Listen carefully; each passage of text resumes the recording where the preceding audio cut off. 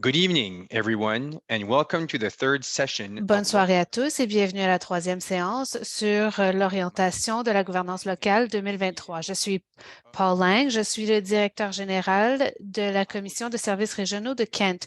Je serai votre modérateur ce soir. Avant de commencer, j'aimerais vous présenter certains points d'importance. Vous pouvez écouter dans la langue officielle de votre choix pendant toute la séance. Si vous voulez entendre l'anglais ou le français, vous avez seulement qu'à cliquer sur le bouton en bas de l'écran et de sélectionner la langue que vous voulez entendre. Vous avez aussi le choix de ne pas vous abonner à un canal en particulier et d'écouter l'original. La séance sera enregistrée et publiée sur le site Web de l'orientation de la gouvernance locale 2023 si vous voulez consulter l'enregistrement plus tard. Nous utilisons le format webinaire pour cette séance. Ainsi, vous ne pouvez pas allumer ou éteindre votre micro ni votre caméra. La fonctionnalité de questions et réponses est disponible si vous avez des questions. D'autres questions sur les sujets seront monitorées et toutes questions sur la séance de ce soir recevront des réponses dans les deux langues officielles sur le site web bientôt. aborder quelques items importants. Sachez que vous pouvez suivre la séance dans la langue officielle de votre choix. Pour écouter la séance en anglais ou en français, il suffit de cliquer sur le bouton Interprétation au bas de votre écran et de sélectionner la langue de votre choix. Vous pouvez aussi ne suivre aucun canal particulier et écouter simplement la transmission en direct. De plus, la séance aujourd'hui sera enregistrée et affichée sur la page web de l'orientation sur la gouvernance locale 2023 si jamais vous voulez la regarder à nouveau. Pour cette session, nous utilisons un format webinaire. Il n'est donc pas possible d'activer ou de réactiver votre microphone ou caméra. La fonction de questions et réponses est à votre disposition pour soumettre vos questions concernant la présentation de ce soir. D'autres questions portant sur des sujets précis font l'objet d'un suivi et les questions et réponses liées à la séance de ce soir seront fournies dans les deux langues officielles sur le site Web d'orientation dans un proche avenir. I will pause for a moment to allow you to select Je vais m'arrêter pendant un instant pour vous permettre de choisir votre langue du choix. de sélectionner votre choix d'écoute préféré.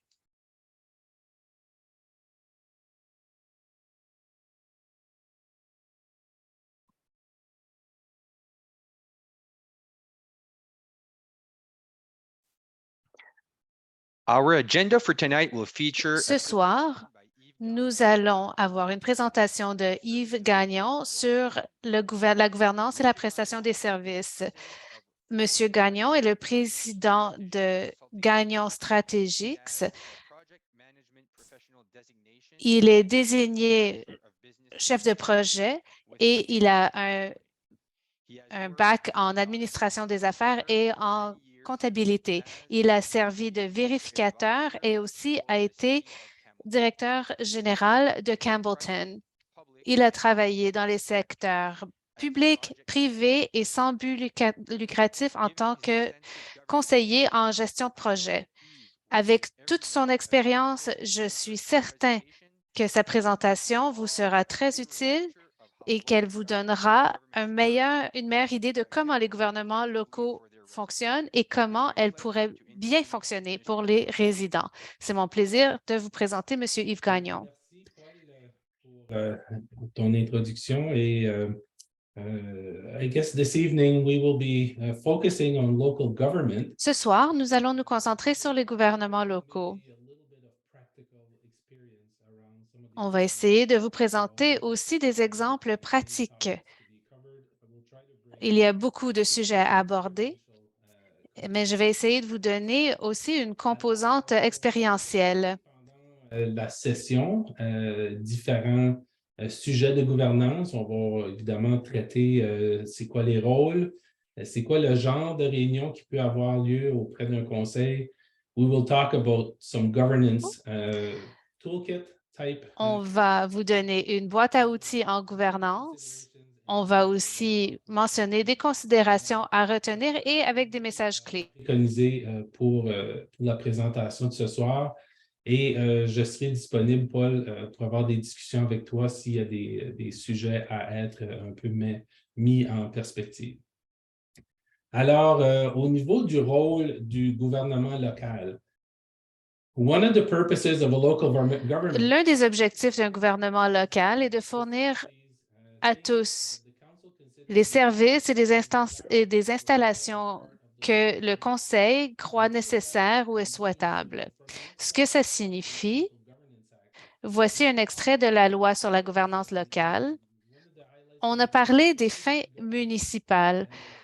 L'objectif, c'est de donner une bonne gestion, une bonne gouvernance. On veut donc fournir des services, des installations et toute autre chose qui est nécessaire selon le Conseil. On veut développer et maintenir des collectivités sécuritaires et favoriser le bien-être économique, social et environnemental des communautés. Alors, de façon générale, je crois qu'on comprend tous le contexte municipal, mais voici comment c'est décrit dans la loi. Alors, une des particularités dans le monde de la gouvernance locale, c'est que la loi prescrit en fait les genres d'activités qu'un conseil peut et ne peut pas faire en termes de format de rencontre. Et cette partie-là, je pense que c'est assez particulier. Donc, les rencontres ou les réunions qui sont permises d'après la loi, c'est tout ce qu'on connaît comme les fameuses rencontres, réunions régulières d'un conseil. Donc, c'est typiquement des rencontres établies soit 1 ou 2 fois par mois. Et de ce côté-là, c'est permis, donc c'est vraiment dans les perspectives de qu'est-ce que la loi prévoit. On a également dans la loi une possibilité d'avoir des réunions extraordinaires. Et normalement, lorsqu'on doit établir une rencontre extraordinaire, à ce moment-là, on doit le faire par l'entremise d'un avis. Donc, normalement, les avis, c'est inscrit au niveau de l'arrêté procédural. Ça peut être 48 heures ou 72 heures d'avis, donc tout dépendamment comment l'arrêté procédural a été convoqué. Et finalement, il y a toutes les fameuses rencontres des comités permanents, donc plusieurs conseils municipaux travaillent avec des comités permanents, que ce soit un comité de finances, un comité responsable des travaux publics, et j'en passe. Donc, à l'intérieur de cette matrice-là, ces rencontres-là, évidemment, peuvent avoir lieu et sont prescrites dans la loi. Et en plus de ça, à l'intérieur de ces réunions-là, on peut tenir des sujets, des discussions à huis clos. Et la loi est assez bien définie à l'article 68 dans la loi qui nous permet de voir le genre de sujet qu'on peut traiter à l'extérieur de sessions avec le public. Yves, j'aurais juste 2 petites questions. Donc, il y a des conseils qui organisent des comités pléniers. Est-ce que tu vois ça comme une bonne pratique de gouvernance, sachant que ces comités-là sont tous ouverts au public? Est-ce que tu vois ça comme une bonne approche? Ben, en fait, lorsqu'on regarde en fait, c'est une bonne question, Paul. Je pense que les comités pléniers ont leur place. Je pense que c'est un endroit tout désigné pour avoir le dialogue avec l'équipe de direction, d'avoir des échanges avec le public, de pouvoir prendre connaissance des informations qui sont requises pour que le conseil prenne des bonnes décisions. Donc, absolument que les rencontres dans ce format-là sont tout à fait bienvenus et de plus en plus, avec l'avenue des médias sociaux et des possibilités de pouvoir afficher ces rencontres-là, on voit de plus en plus d'intérêt et d'engagement des gens dans les communautés qui ne peuvent pas toujours se rendre, mais qui ont maintenant la chance de voir un peu les délibérations et les discussions qui ont lieu dans le fond des sujets et ne pas juste arriver avec une rencontre, avec une résolution et une rencontre qui dit oui et non. Donc, en principe, je pense que c'est de très bon augure de ce côté-là. To continue, Paul, on that topic, maybe Donc, speaking. Paul, dans le même ordre d'idées, j'aimerais vous parler spécifiquement des différences entre les réunions publiques et les réunions à huis clos.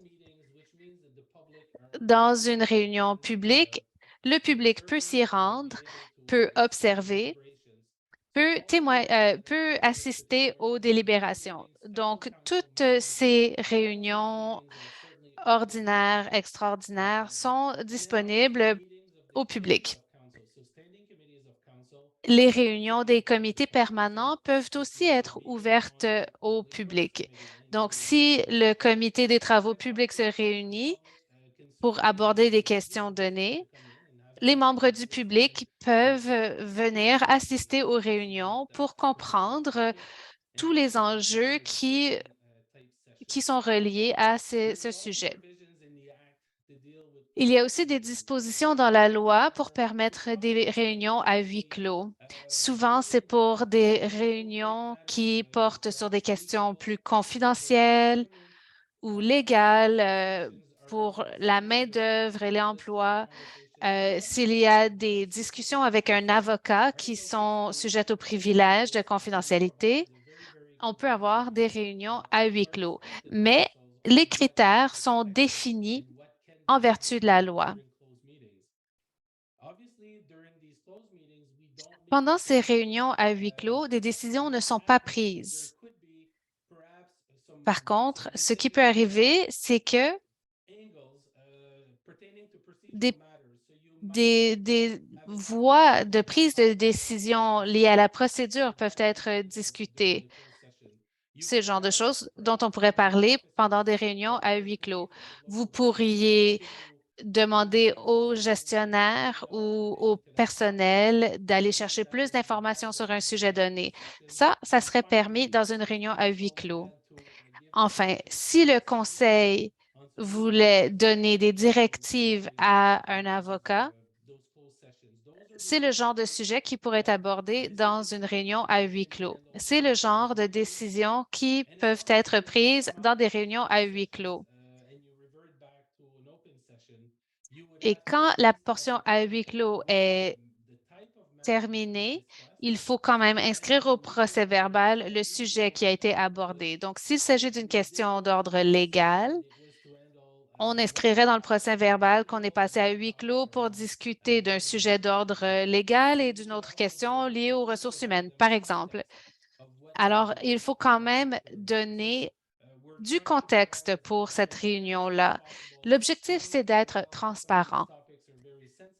Ces sujets peuvent être un peu délicats et il peut être difficile d'en parler dans des séances publiques. Il faut éviter à tout prix de mettre la communauté dans une mauvaise situation, surtout quand on parle de l'aménagement du territoire ou des questions légales.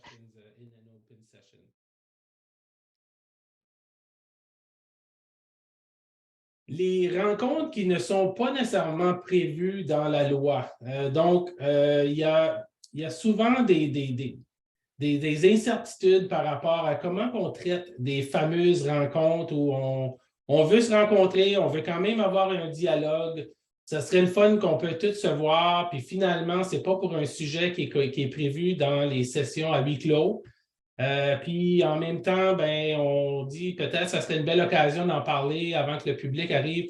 C'est pas permis, c'est pas prévu dans la loi, cette genre de matrice-là. Donc, en principe, tous les rencontres qui sont de nature privée, que c'est seulement les membres du conseil, le personnel n'est pas présent, ça nous amène dans une piste un peu glissante parce qu'évidemment, il peut y avoir des conversations qui pourraient donner l'impression qu'on prend des décisions et ces décisions-là, en fait, devraient être prises dans le forum public. Donc, il faut être très, très particulier de ce côté-là. Et finalement, même, ça peut aller aussi loin que certaines discussions entre certains membres de conseil sur des points très, très particuliers, puis presque se donner une espèce de décision au préalable d'aller en réunion publique. Donc, il faut être très, très prudent de ce côté-là. La loi est quand même assez claire que tout ce qui est délibération devrait être fait de nature publique et avec les gens qui sont permis d'être là et de voir un peu le raisonnement en arrière des décisions. Donc, c'est vraiment des particularités, Paul, de ce côté-là qui nous amènent à être juste peut-être un petit peu faire attention de ce côté-là pour ne pas se mettre dans une position où que quelqu'un pourrait nous revenir et dire qu'on fait des décisions un peu à l'extérieur du cadre de la loi qu'on a été assermenté pour suivre. Sachant qu'il y a bien des nouveaux conseils avec nous ce soir, la plupart d'entre eux souhaitent probablement de faire une séance d'orientation à l'interne ainsi qu'une séance de visionnement ou de planification stratégique. De quelle façon que tu vois ces genres de réunions-là tout en assurant le respect de la loi sur la gouvernance locale?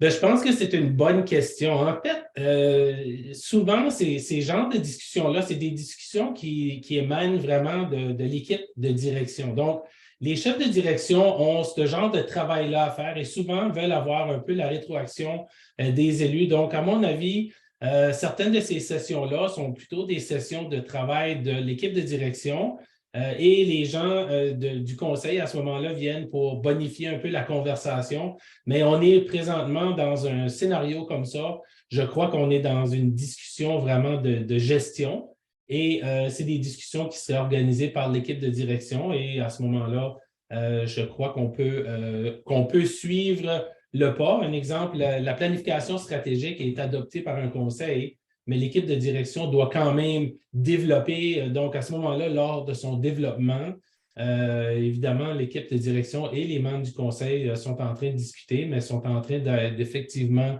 faire du travail de gestion et ça relève de l'équipe de la chef, en fait, de l'équipe des gens qui sont les chefs de direction.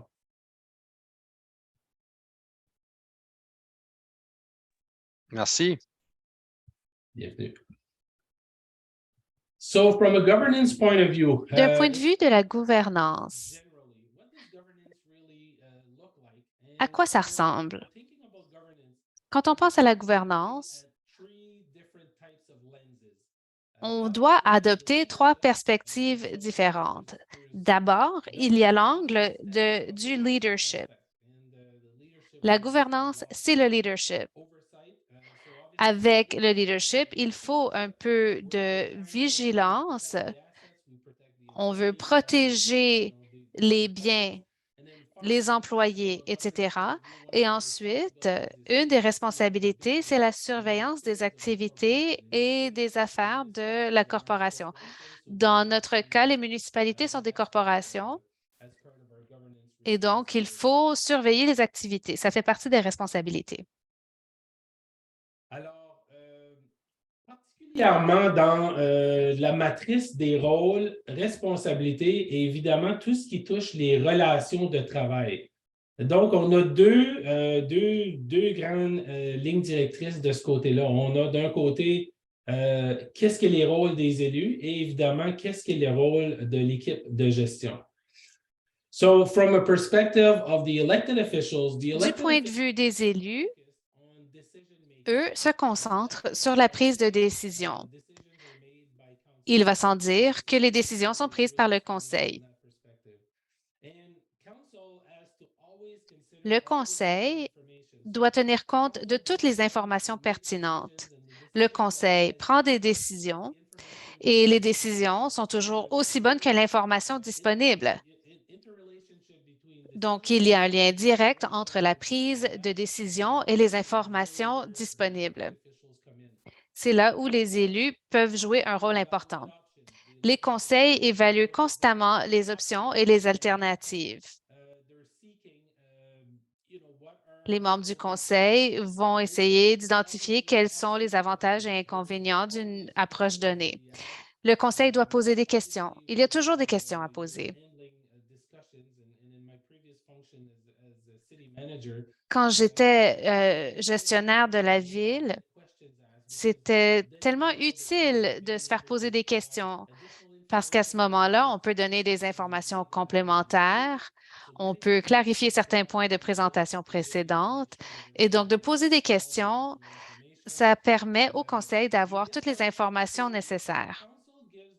Le conseil donne des directives par le biais du directeur général. En théorie, le conseil a un seul employé, c'est le DG. Cet employé doit ensuite gérer le personnel. Donc, les directives du conseil passent par le DG. Il y a une expression qu'on utilise en anglais, c'est le principe NIFO, ce qui veut dire qu'on met le nose in, le nez dans les affaires, mais fingers out. On n'y touche pas. Donc, on veut tout savoir, mais on ne touche à rien. On veut aller visiter les sites. On veut aller chercher du contexte, mais le conseil n'est pas élu pour gérer les affaires, de mener à bien les opérations de la municipalité. Ce n'est pas au conseil de dire comment faire les choses. Donc, c'est un rôle de direction, d'orientation et ensuite, c'est sous le bureau du directeur général que l'exécution se fait. Alors, du côté de l'équipe de gestion, sachant que le conseil est responsable pour la prise de décision, au niveau de l'équipe de direction, qu'est-ce qui est important, c'est de s'assurer qu'on prépare toujours l'information et il faut qu'elle soit pertinente, cette information-là. On ne peut pas juste préparer quelque chose 5 minutes avant une rencontre et s'attendre d'avoir une décision qui va être solide. Donc, on doit être prêt, on doit avoir constamment cette réaction-là et cette capacité-là de préparer les dossiers à l'avance avec de la bonne information. Et on doit également constamment présenter des options, des alternatives qui sont impartiales. Donc, on ne doit pas essayer de diriger vers un côté ou l'autre. Oui, c'est important d'identifier qu'est-ce qui sont les avantages et les inconvénients de chacune des alternatives ou chacune des options. Mais encore là, il faut rester impartial. Il ne faut pas se mettre dans une position où que finalement, ça n'est pas des options, ce n'est pas des alternatives, on s'est déjà fixé dans un point. Donc, on doit laisser au conseil la chance de décider quelle option serait mieux pour les citoyens dans leur communauté. Et finalement, comme équipe de gestion, à travers des yeux de leur chef de direction, on doit évidemment mettre en œuvre les décisions du conseil. Donc, on ne doit pas constamment questionner les décisions. Si le conseil a pris une décision d'aller dans une direction X, à ce moment-là, notre travail, c'est de prendre cette décision-là et de la mettre en œuvre au meilleur de nos connaissances et de s'assurer que cette décision-là soit bien interprétée par l'équipe des employés de la municipalité. Yves, I have a question. J'ai une question. Quel est le rôle du public dans les réunions? Est-ce que le public peut intervenir pendant la réunion? On veut que la population participe, mais dans certaines municipalités ou communautés, les membres du public peuvent poser des questions à la fin. Des fois, on ne leur permet pas de poser des questions. Quelles sont les pratiques exemplaires à cet exemple? Eh bien, j'ai vu les deux options, Paul. De façon normale, les règles sont déterminées dans les arrêtés procéduraux. Les arrêtés vont donner des conseils sur comment les réunions publiques se déroulent et le rôle du public. J'ai vu les deux options et il y a des avantages et des inconvénients des deux côtés. C'est bien de permettre au public de poser des questions pendant la délibération. Mais parfois, vous pouvez vous retrouver avec des questions auxquelles vous n'avez pas de réponse ou pour lesquelles vous attendez toujours des réponses, ce qui peut vous causer des ennuis plus tard. Deuxièmement, si vous avez un système un peu plus rigoureux où des questions doivent être posées à l'avance ou s'il faut faire une demande de prise de parole, il est peut-être possible à ce moment-là de préparer des informations pour savoir quel genre de sujets seront abordés pour être informés. Alors, tout dépend de la communauté et de la vision du conseil sur la participation du public. C'est toujours bien de faire participer le public dans ces décisions, mais si vous vous trouvez au conseil municipal et que c'est un nouveau processus et les gens ont des attentes envers vous qu'ils veulent que vous répondiez sur le champ. Et peut-être que vous ne connaissez pas toutes les politiques et les procédures qui doivent orienter vos décisions. Vous pourriez vous trouver dans de beaux draps. C'est quelque chose qui pourrait devenir un peu gênant à mettre en œuvre pour l'équipe de gestion après la réunion. Et vous pourriez aussi vous trouver sur la première page du journal local si vous avez adopté une position que vous ne pouvez plus renverser. Alors, c'est une question de choisir un modèle qui vous convient. Il vous faut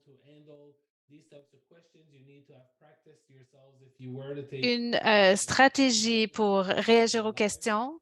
Comment répondre aux questions en direct? Vous devez comprendre les procédures, qui répond à quoi. Est-ce que ça va de dire que vous n'avez pas les réponses? Peu importe le modèle qui se trouve dans votre arrêté procédural, vous devez l'avoir testé et le public doit aussi comprendre que la procédure ne vise pas à les empêcher de participer. C'est juste que des fois, leur participation à l'improviste peut vous mettre dans des positions difficiles et c'est pourquoi qu'une structure a été créée pour encadrer les questionnements du public. Parlons maintenant du rôle du maire. Le rôle va présider toutes les réunions du conseil. Le maire aussi est le chef d'orchestre de ce groupe. Il est le leader. Il garde un œil sur la procédure. Évidemment, ce sont les élus qui prennent les décisions, mais la procédure est gérée par le maire parce qu'il est le président de la réunion. C'est au maire de maintenir le décorum et de respecter le Code Morin ou Robert's Rules of Order. Et c'est un rôle qui incombe au maire. Les maires vont communiquer des informations, recommander des mesures à prendre. Souvent, le maire devient une espèce de porte-parole. Vous avez vu, Paul, à quelle fréquence les maires sont passés en entrevue à la télévision ou à la radio. On demande souvent au maire quel est son point de vue, mais le maire devient porte-parole de sa collectivité. Le conseil contrôle quand même la prise de décision. Donc, le maire travaille main dans la main avec le conseil. Le conseil peut prendre une décision. Le maire représente, en fin de compte, le conseil et c'est le rôle du maire dans ce contexte-là. Au niveau du maire suppléant, donc les responsabilités que je viens de mentionner au niveau the deputy mayor, the responsibilities that the deputy mayor has the same responsibilities as the mayor if the mayor is absent.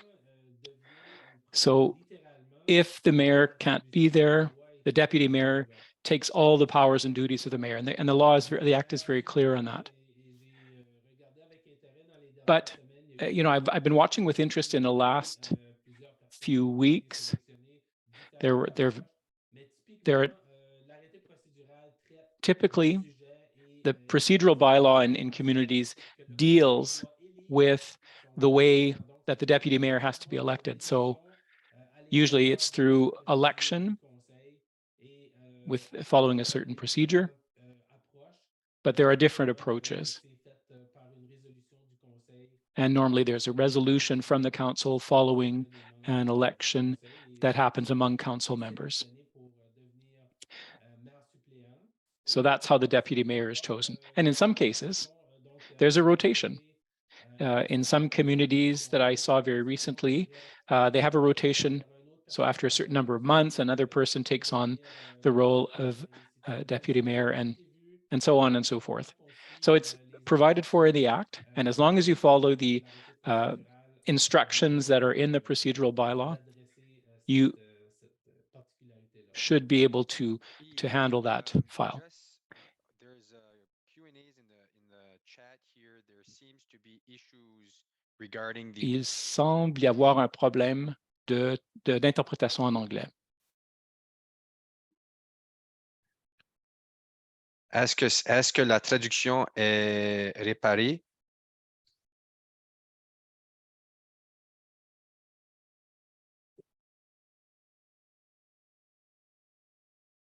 Je pense que ça a été corrigé. À ce que je peux voir, Paul, je viens de voir une note que la personne avait peut-être juste malheureusement poinçonné la mauvaise élément. Donc, on devrait être en mesure de procéder. Excellent. Alors, on va aller à la prochaine diapo. Donc, on a parlé un peu du rôle du maire et on a parlé un peu évidemment des rôles, Paul, du maire adjoint et comment qu'on procède de ce côté-là. Et qu'est-ce qu'il y en est au niveau du reste des gens qui sont au conseil? Donc, évidemment, what would be the role of the councillor? And then, obviously, whether you're elected in a ward structure or whether or not you're elected at large. Quel est le rôle du conseiller? Une fois que vous êtes conseiller comme conseiller, vous devenez un ensemble pour l'ensemble de la collectivité. Donc, vous devez penser à toute la communauté lorsque vous prenez des décisions. Et la loi est très claire sur ça.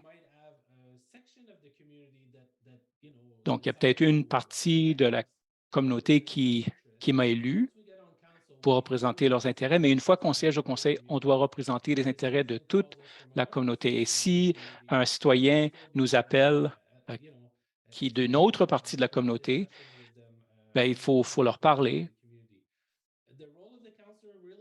Le rôle du conseiller, bon, il s'agit de présenter des enjeux.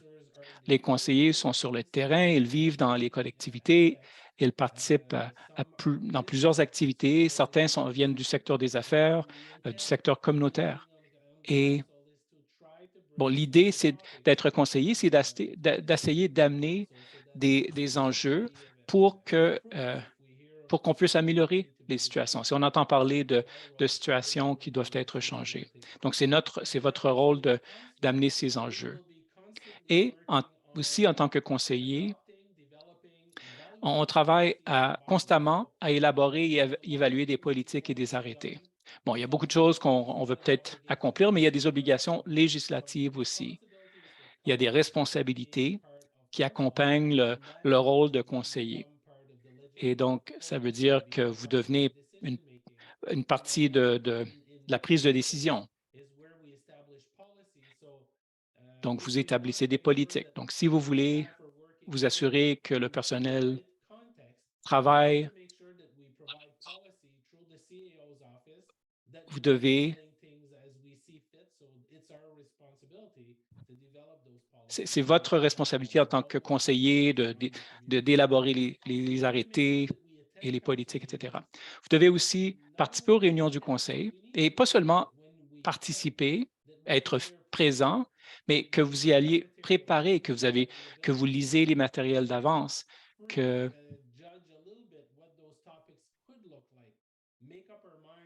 donc que vous ayez une idée des enjeux et que pour ne pas être influencé par les gens autour de vous. Donc, vous devez arriver et pour dire, bon, OK, si on va parler de cet enjeu-là, je vais être présent et je vais venir préparer. Donc, ça fait partie de vos tâches aussi.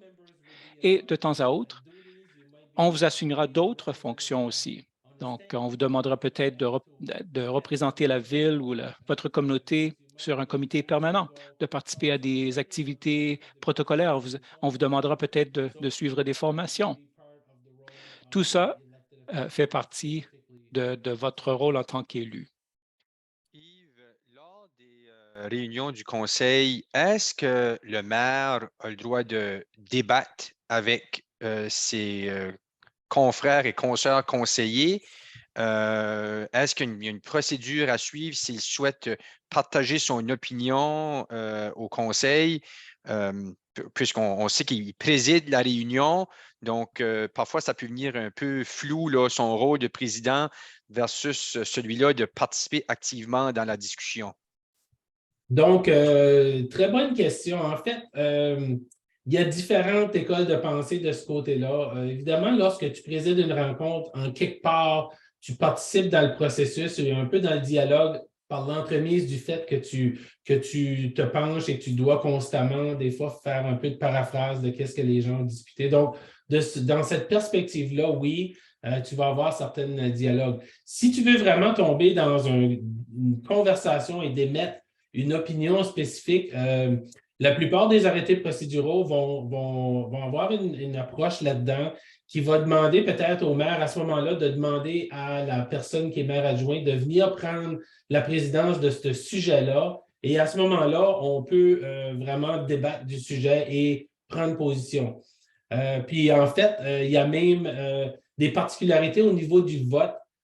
Donc, est-ce que le maire vote, est-ce que le maire ne vote pas? Donc, encore là, ça doit être identifié spécifiquement dans l'arrêté procédural parce qu'il y a des provisions et les lois, on peut changer de ce côté-là. Donc, il faut toujours être très conscient de quelle façon qu'on travaille avec notre arrêté procédural. Donc, c'est des documents très importants à comprendre et la maîtrise de ce document-là relève souvent, évidemment, du greffier, mais du maire parce que c'est la personne qui, typiquement, va présider les rencontres et les assemblées délibérantes. Donc, à ce moment-là, il faut être en mesure de bien comprendre la structure que notre propre communauté utilise pour ces genres de dialogue-là, de ce côté-là, Paul.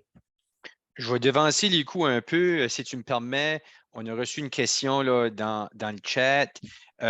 Lorsque un conseiller parle avec ses concitoyens et ils reçoivent des préoccupations, par exemple, comme le déneigement, on vit ça présentement, ou que ce soit une situation liée à la gestion des parcs, et souhaitent apporter ces doléances-là au conseil, y a-t-il une procédure à suivre ou c'est. Donc, comment ça fonctionne pour un conseiller ou une conseillère qui souhaite apporter ces plaintes-là aux autres membres du conseil? Bien, je pense que c'est une bonne question. En fait, lorsqu'on entend des choses dans la communauté, on est appelé à en discuter avec notre conseil. Évidemment, si c'est une discussion de nature opérationnelle et qu'on peut aller discuter avec le chef de direction et que ça peut être réglé rapidement, bien, je dirais que c'est probablement la première endroit qu'on va si c'est des choses de nature opérationnelle. Par contre, si c'est des discussions ou des doléances qui demanderaient de peut-être avoir à changer nos politiques, nos procédures, nos arrêtés municipaux et ainsi de suite, à ce moment-là, ça serait un sujet à apporter au bureau du greffier pour le faire identifier comme un sujet à apporter à une prochaine rencontre. Et à ce moment-là, lorsque le maire et le greffier préparent les rencontres à venir, sont conscients qu'il y a des discussions qui s'en viennent de ce côté-là. Et certains arrêtés municipaux vont même avoir des sujets qui peuvent être apportés par un élu pendant la rencontre en disant Monsieur le maire, j'aimerais adresser ce point-là à la prochaine rencontre. Et encore là, tout dépendamment de la composition, de la configuration de l'ordre du jour, ça peut être également apporté là si on n'a pas eu le temps de l'apporter ou si c'est quelque chose qu'on a entendu la journée même et qu'on pense qu'il y a quand même du mérite à l'apporter rapidement à l'attention du conseil. On peut le faire, mais par contre, ça ne veut pas dire qu'on pourra traiter du sujet dans le feu de l'action parce qu'on n'a peut-être pas nos recherches de fait et ainsi de suite. Mais par contre, il y a plusieurs techniques. Donc, aller à l'équipe de direction, aller voir le greffe, informer le maire, évidemment, qui travailleront sur la configuration des agendas à venir. Et troisièmement, ça serait d'apporter le point à une rencontre publique et d'informer les gens qu'on va vouloir se pencher sur ça dans un délai assez rapide.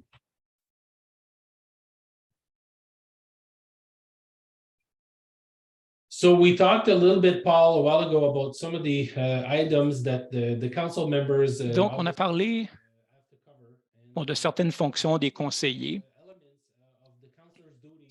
Et une des responsabilités du conseiller, bon, c'est participer à toutes les réunions du conseil, mais il y a aussi la participation au processus budgétaire annuel.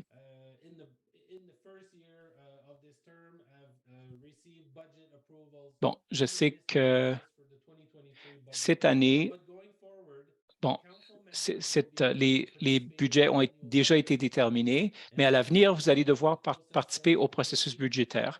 Et le processus annuel commence tout de suite le jour après l'approbation du budget. Donc, il y a des analyses financières. On essaie de comprendre. Vous devez comprendre le raisonnement pour que quand le budget annuel commence à l'automne, vous vous êtes déjà posé des questions, vous avez eu la chance d'analyser des choses. Vous avez eu l'occasion de faire des analyses comparatives. Donc, les conseillers participent au processus budgétaire. Et ils participent en posant des questions sur des enjeux qui vont être traités dans le processus budgétaire. Donc, si vous pouvez poser des bonnes questions sur les niveaux de services qui sont offerts, les coûts liés à la prestation de certains services, si vous faites ça, vous participez déjà de façon très positive au prochain processus. Les conseillers aussi aident à l'établissement des orientations stratégiques. Bon, vous êtes élu par la communauté et si la communauté veut devenir une destination touristique, vous devez continuer à examiner les politiques pour voir si elles peuvent permettre cette orientation. Donc, vous examinez les politiques. Est-ce que les politiques sont cohérentes avec la vision, avec les priorités que vous voulez mettre en place? Et finalement, en tant que conseiller, conseillère, vous représentez constamment les intérêts de l'ensemble de la collectivité. Donc, encore une fois, oui, vous avez peut-être des alliances où vous représentez des gens d'un certain quartier.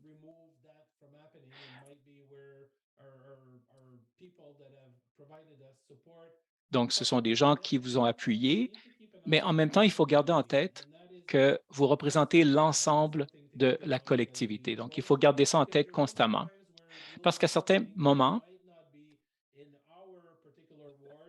bon, il y aura un sujet qui n'affecte pas nécessairement pas notre quartier, mais si c'est bon pour toute la collectivité, ça devrait être bon pour le quartier aussi. Donc, vous devez appuyer ces décisions, même si elles ne s'appliquent pas nécessairement à vos limites régionales.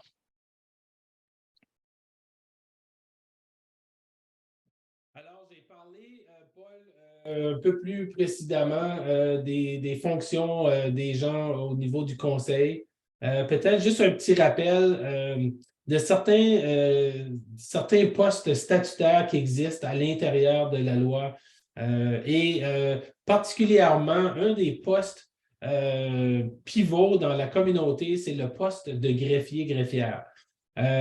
Évidemment, c'est un poste qui comprend souvent beaucoup plus de responsabilités que qu'est-ce qu'on peut avoir typiquement connu peut-être dans notre façon de voir c'est quoi le poste d'un greffier. Donc, dans la loi, il y a beaucoup d'informations par rapport à des tâches très, très particulières.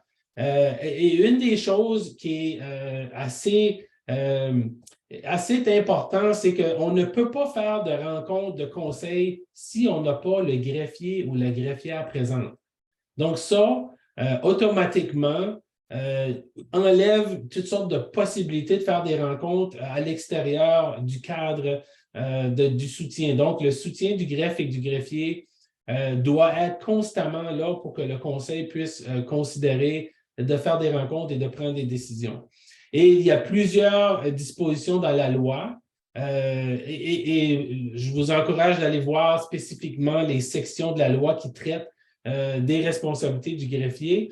Mais une des choses particulières, évidemment, c'est de la participation à toutes les réunions du conseil et de garder un registre détaillé des gens qui sont présents dans les rencontres, garder un inventaire catalogué de toutes les résolutions, les décisions, les délibérations. On doit avoir, lorsqu'on est greffier, on doit avoir un endroit qui est bien protégé avec tous les documents officiels de la municipalité.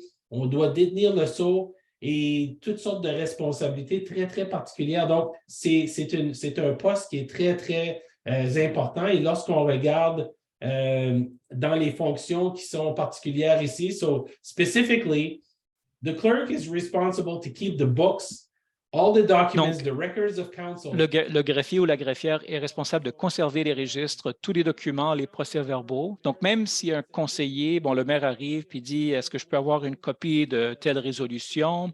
Oui, votre maire, monsieur le maire, je ne peux pas vous donner l'original, mais je peux vous donner une copie. L'original doit rester dans un coffre-fort et je ne peux pas, j'ai une responsabilité de conserver ce document-là. Donc, ce greffier ou le greffier a cette responsabilité-là. Il est aussi le gardien du sceau corporatif. Donc, un conseiller ne peut pas se présenter et dire, écoutez, j'ai un contrat signé, j'aimerais ça mettre le sceau. Cette responsabilité relève du greffier. Le greffier doit aussi tenir à jour un registre indexé. Donc, si le greffier doit être très, très organisé. Il doit savoir où tous les documents se trouvent. Parce qu'au bout du compte, s'ils sont convoqués par un tribunal ou par d'autres agents du gouvernement, ils doivent pouvoir produire des documents au nom de la municipalité. Et ensuite, le greffier est le signataire des ententes, des contrats et des autres documents auxquels la municipalité est signataire. Et normalement, il signe en compagnie du maire ou, dans certains cas, avec le maire adjoint. Et c'est normal qu'il soit le signataire parce que, bon, il doit apposer le sceau aussi et c'est la seule personne qui a accès au sceau. Yves, il y a quelques questions sur le rôle du greffier et ce sont de très bonnes questions. Alors, tout d'abord, est-ce que le DG peut être aussi le greffier? Ça, c'est une excellente question. Ça dépend de la taille de la communauté, mais très souvent, dans certaines communautés, il y a des postes conjoints entre le DG et le greffier.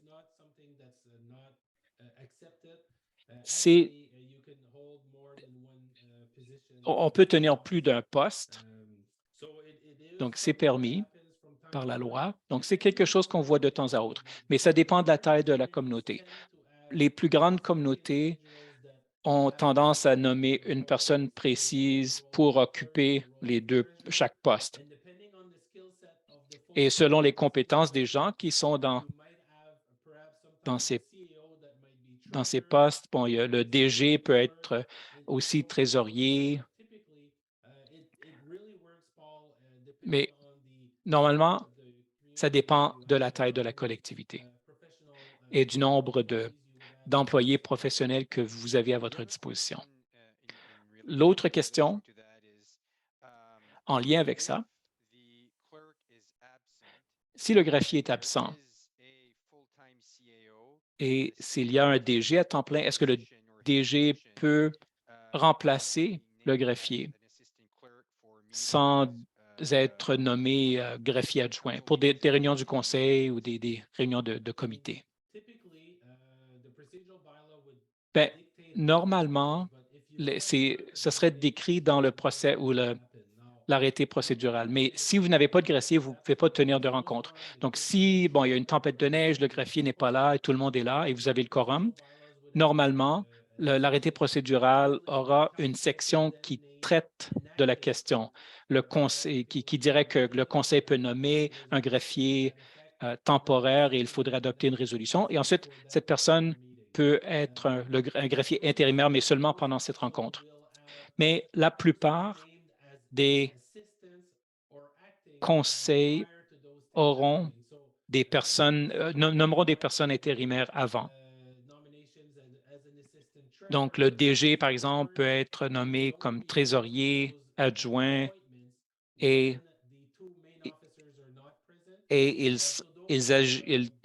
occuperaient ces fonctions seulement quand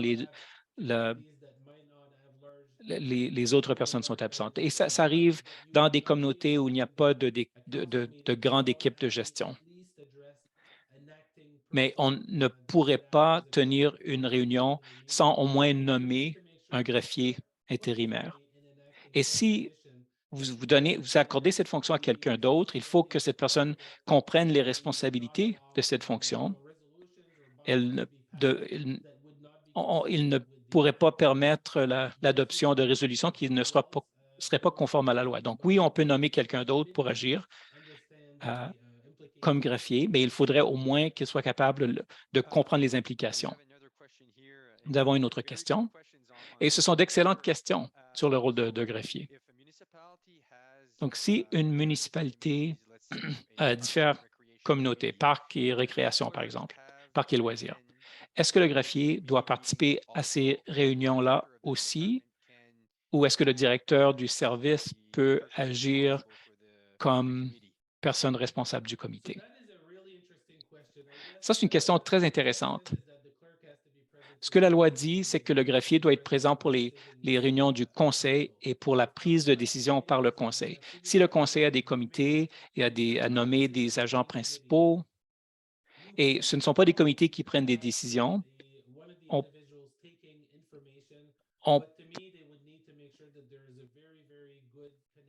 à mon avis, il faudrait qu'il y ait une bonne communication avec le bureau du greffier. Il faudrait garder de bons dossiers. Il faudrait faire un procès verbal et ça sauverait beaucoup de temps au greffier. Mais si ce n'est pas faisable, idéalement, l'idéal, ce serait que le greffier puisse assister à toutes ces réunions-là, mais si ce n'est pas possible, il faut au moins suivre les pratiques exemplaires et qu'on ne prenne pas de décision lorsque le greffier n'est pas présent. Une autre question ici. Combien d'informations est-ce que le greffier doit inscrire en ce qui concerne les réunions du conseil? Tout ce qu'un conseiller dit ou est-ce que c'est juste les décisions? Combien de détails est nécessaire pour les procès-verbaux?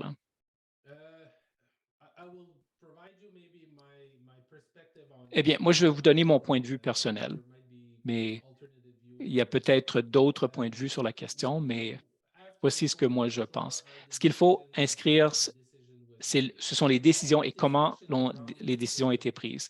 Tout ce qui entoure la décision n'a pas besoin d'être inclus.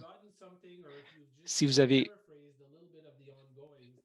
essayez de paraphraser la conversation et qu'un jour vous êtes convoqué au tribunal, si vous n'avez pas écrit verbatim ce que tout le monde dit, ce sera difficile. Mais si vous avez une décision claire, avec une explication claire sur comment la décision a été prise, moi, je pense que le procès verbal doit être assez succinct. Donc, la décision, comment elle a été prise, mais toute la discussion, tous les détails. Écoutez, la session a été publique, les gens pouvaient être présents s'ils le désiraient. Alors, à mon avis, le procès verbal devrait indiquer seulement la décision et le contexte de la décision. Excellent. Et une autre question. Nous savons tous que le DG est le seul employé du conseil. Puisque le greffier répond au conseil, il doit être là pour les décisions du conseil, qui fait l'embauche du greffier? Est-ce que c'est le DG ou est-ce que c'est le conseil? Bien, en fait, c'est une très bonne question. La particularité, lorsqu'on regarde à la façon que la loi est écrite, lorsqu'on a une tête dirigeante qui est le DG, à ce moment-là, la personne est responsable de l'intégralité du personnel. D'un autre côté, il y a quand même des responsabilités au niveau du conseil pour la nomination des officiers de la corporation. Donc, l'officier de la corporation qui serait le greffier et le trésorier serait typiquement à ce moment-là L'embauche serait préparée par le chef directeur général qui préparait tous les données pour faire une embauche avec une recommandation qui serait apportée au conseil. Et c'est le conseil à ce moment-là qui fait quand même la nomination formelle. Donc, le DG fait l'entièreté de son processus.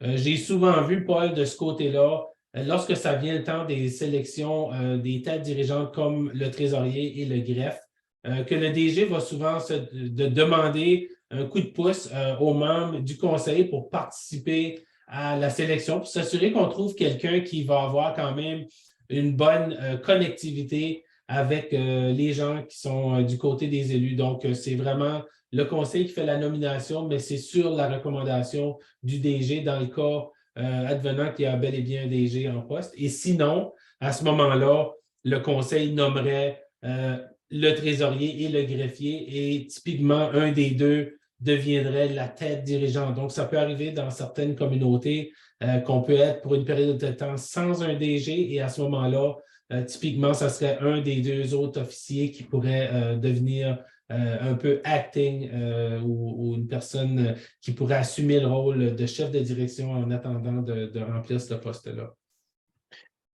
So there was a question here for clarification on the role of committees of council. Une question de précision pour le rôle des comités. Est-ce qu'un comité je sais pas, de travaux publics ou est-ce que le comité peut prendre des décisions ou est-ce qu'il peut seulement faire des recommandations? Les décisions doivent être prises par le conseil. C'est clairement indiqué dans la loi. Et les comités peuvent formuler des suggestions, des recommandations. Ils peuvent présenter des rapports, ils peuvent discuter de sujets, donner une opinion, fournir des idées. Mais lorsqu'il y a une décision à prendre, les décisions doivent recommander ou faire une recommandation au conseil. C'est le conseil qui prend la décision. Ce n'est pas le comité qui prend la décision. Ils peuvent préparer tous les documents. Ils peuvent étudier la question, tous les différents points de vue. Ils peuvent préparer le matériel, mais la décision comme telle doit être prise par le conseil. Et il faut qu'il y ait une résolution formelle ou adopte un arrêté. Donc, voilà. Continuons.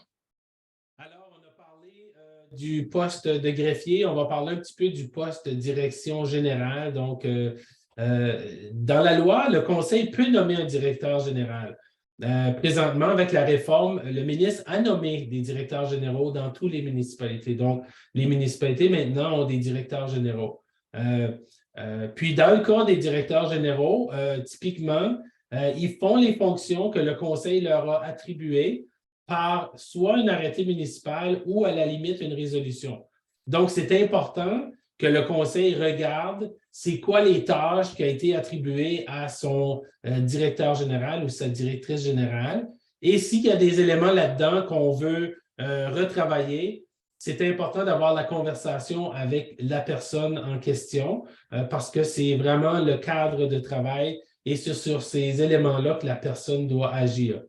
Évidemment, de ce côté-là, lorsque la personne est nommée comme direction générale, ça devient le chef de l'administration. Donc, en principe, c'est là l'information que j'ai mentionnée tout à l'heure, que le conseil a un employé. C'est que le conseil, on travaille en format pivot.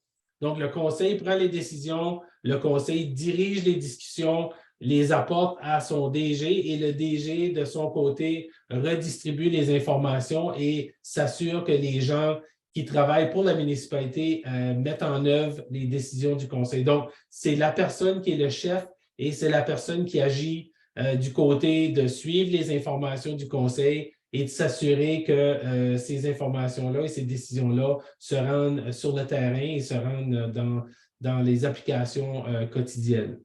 Donc, le directeur général va diriger l'équipe qui va être composée typiquement de chefs de service. Ça peut être des surveillants, des gens qui sont de différentes formes dans la communauté. Et normalement, on s'occupe de tout ce qui touche la gestion quotidienne. Donc, les affaires municipales relèvent de la livraison des services, relèvent vraiment de la direction générale.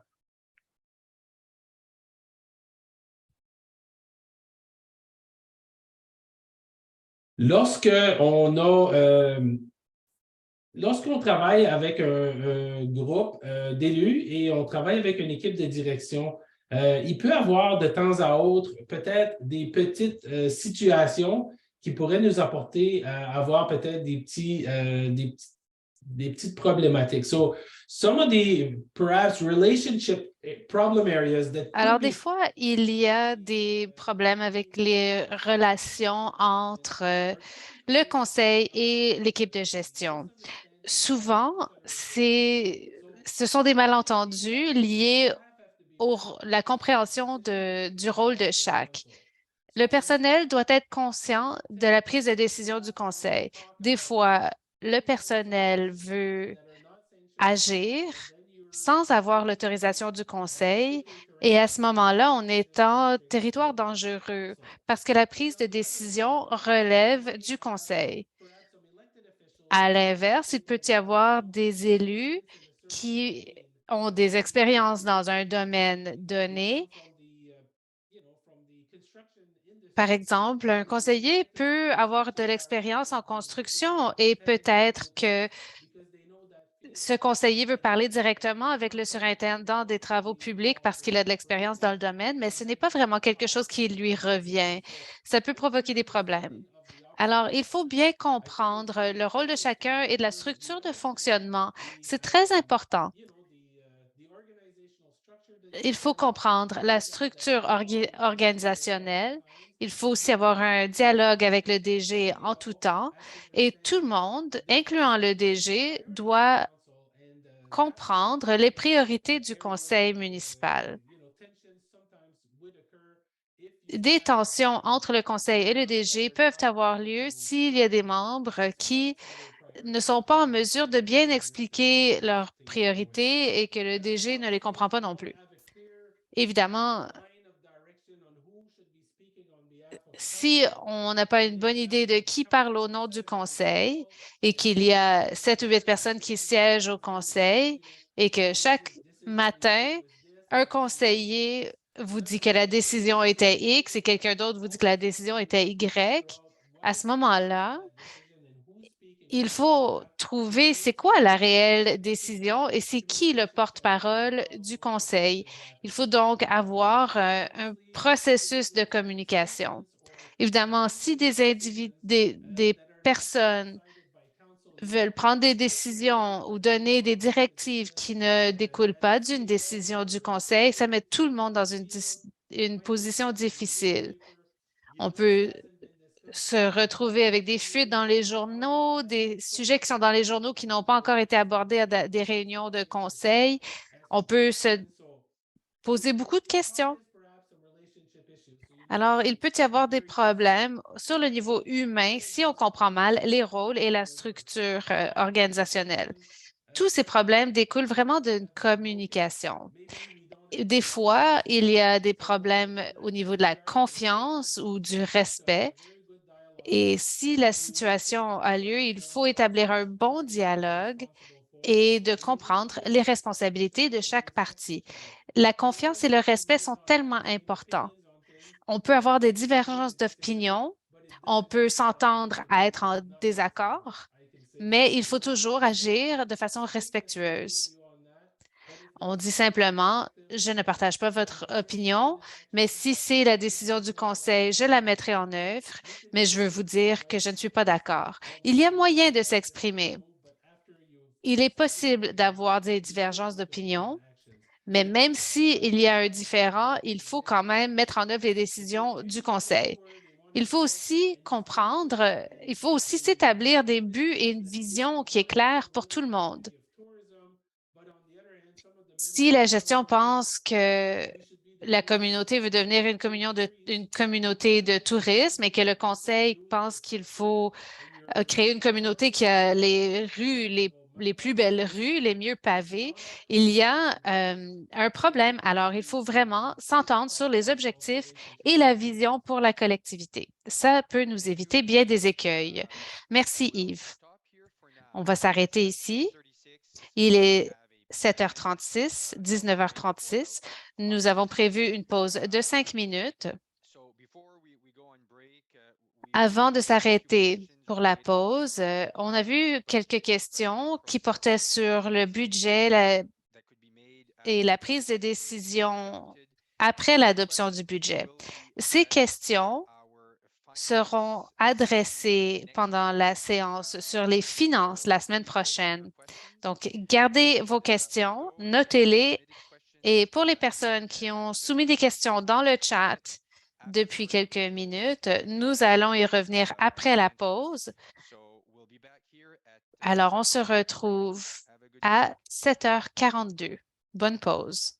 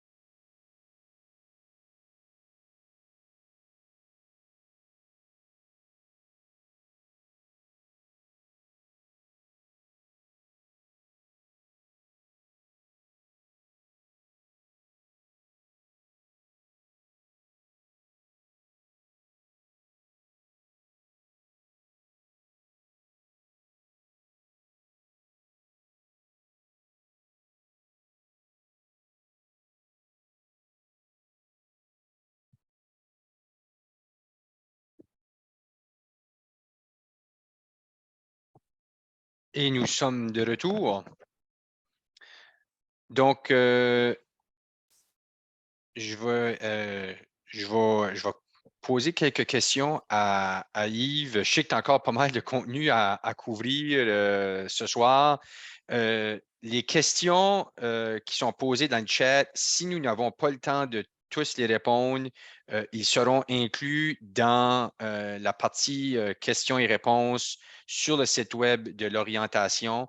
Donc, mais juste pour commencer de nouveau la discussion, on a reçu quelques questions concernant les embauches d'employés. Donc, est-ce que le conseil a un rôle à jouer dans l'embauche d'employés? Donc, est-ce que le conseil peut voir les CV des employés? Est-ce qu'ils peuvent participer aux entrevues? On a eu quand même quelques questions là, à ce sujet-là depuis les derniers quelques minutes. Alors, c'est une bonne question. En fait, dans les responsabilités de votre direction générale, ça devrait identifier comment fonctionner au niveau de l'embauche et de la gestion du personnel. Typiquement, le travail d'embauche et le travail de dotation du personnel relève de la direction générale. Le conseil établit par contre les politiques sur des échelles salariales. Le conseil établit si, oui ou non, on a des postes vacants, si on doit les combler ou pas. Donc, à ce moment-là, il y a un travail de fait de concert avec le DG par rapport à combler des postes. Lorsqu'on présente annuellement notre plan de travail au niveau du DG, on établit le nombre de postes qu'on va avoir besoin, est-ce qu'il y a des gens qui vont prendre la retraite et tout et tout. Donc, c'est dans les responsabilités du DG d'informer le conseil absolument de tous ces éléments-là. Mais le travail quotidien de l'embauche et de faire les entrevues et tout, ça relève du DG, c'est dans leur responsabilité. Pasteur, dépendamment de la taille des communautés, ça peut arriver de temps à autre que le DG va peut-être demander à certains membres du conseil de participer sur un panel d'entrevues pour avoir une perspective de conseil et tout. Mais encore là, ça relève du DG, l'embauche. Donc, les décisions d'embauche ne sont pas faites par résolution de conseil, sont faites par la responsabilité du DG à l'intérieur de son arrêté municipal qui lui donne cette autorisation-là. Et ils doivent travailler à l'intérieur des budgets qui ont été fixés par le conseil. Donc, c'est vraiment de ce côté-là que ça se joue.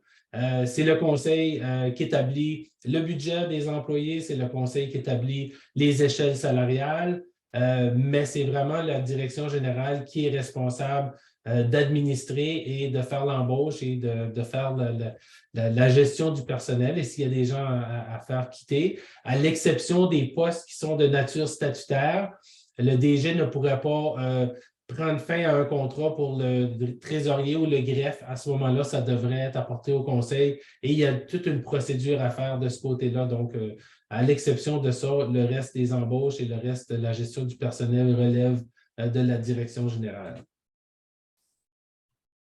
Merci. Et on va poursuivre avec ta présentation. Merci. Donc, je vais avancer un peu étant donné qu'on avance dans le temps. Donc, au niveau des rôles et des responsabilités, c'est quoi les éléments peut-être qui sont très importants pour le conseil, mais surtout dans le point de vue du conseil? Donc, c'est de s'assurer qu'on comprenne bien l'orientation, les buts du conseil, de s'assurer de mettre en place des principes directeurs et des paramètres pour vraiment se permettre de comprendre comment est-ce qu'on va prendre certaines décisions, d'avoir des bonnes structures et des liens hiérarchiques qui sont clairs, donc une bonne charte organisationnelle, fournir de la rétroaction sur le rendement.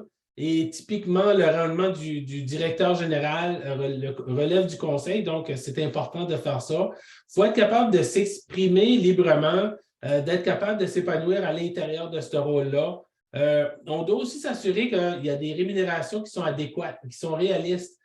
Pour les conseils, je le sais que tout récemment, on a eu pendant la réforme, on a eu à établir certains salaires, mais c'était fait en fonction d'être réaliste et on s'est inspiré à l'intérieur de certaines matrices qui venaient des associations et tout et tout.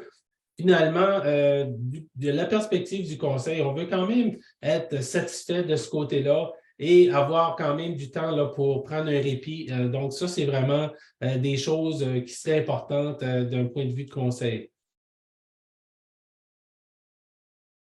Prochaine diapo. Qu'est-ce qui serait peut-être certaines suggestions? So, could be suggestions for the CEOs and clerks to strengthen Des suggestions à l'intention des directeurs généraux pour consolider les liens entre le conseil et l'administration. Du point de vue du personnel, à quoi ça ressemble?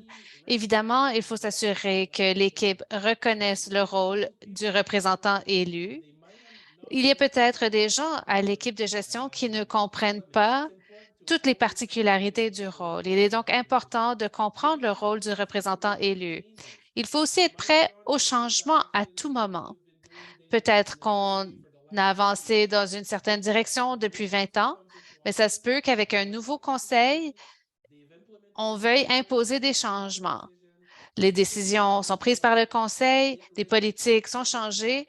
Il faut se préparer à s'adapter. Ça fait partie du rôle. Le conseil a l'autorité d'apporter ces changements. Donc, si vous êtes membre du personnel, il faut en être conscient. Il faut aussi être disponible pour les membres du conseil. Il faut toujours avoir une bonne communication. Il faut être accessible, il faut être poli, il faut donner des conseils. Rappelons-nous ce qu'on avait dit plus tôt. Il faut se mettre le nez dans les affaires des autres, mais il ne faut pas y toucher. Alors, soyez ouverts au dialogue. Il faut aussi faire des suivis sur les questions soulevées par le conseil. Il faut aussi faire des suivis sur des questions qui sont posées. Si un conseiller vous arrive avec une question, c'est parce que quelqu'un lui a posé. Et donc, vous devez être en mesure de donner une réponse professionnelle pour que le conseiller puisse revenir au résident qui lui a posé la question. Il faut aussi être impartial. Il ne faut pas se ranger d'un côté ou l'autre d'un enjeu. Peut-être que le conseil est divisé. Il faut s'assurer de ne pas prendre pour un parti ou pour l'autre. Il faut vraiment traiter tout un chacun de la même façon. C'est la meilleure façon d'avoir des relations professionnelles et satisfaisantes avec le conseil. Du point de vue de la gouvernance, La gouvernance en général, on fait normalement trois différentes façons. On fait de la rétrospection, qui veut dire on regarde en arrière et typiquement, on va regarder des procès-verbaux et des rapports et tout et tout.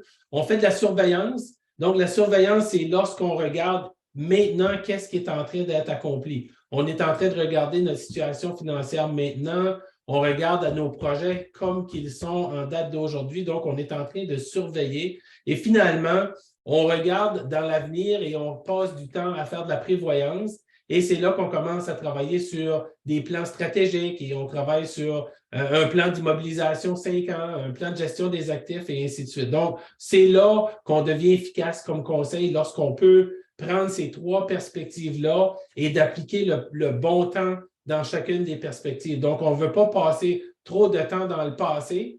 On veut passer plus de temps dans l'avenir, donc c'est important d'avoir cette perspective-là si on veut être efficace. Next slide. On doit également être en mesure d'être dans une perspective de transparence. So from a transparency point of view, Au niveau de la transparence, il faut s'assurer d'avoir des débats en réunion publique.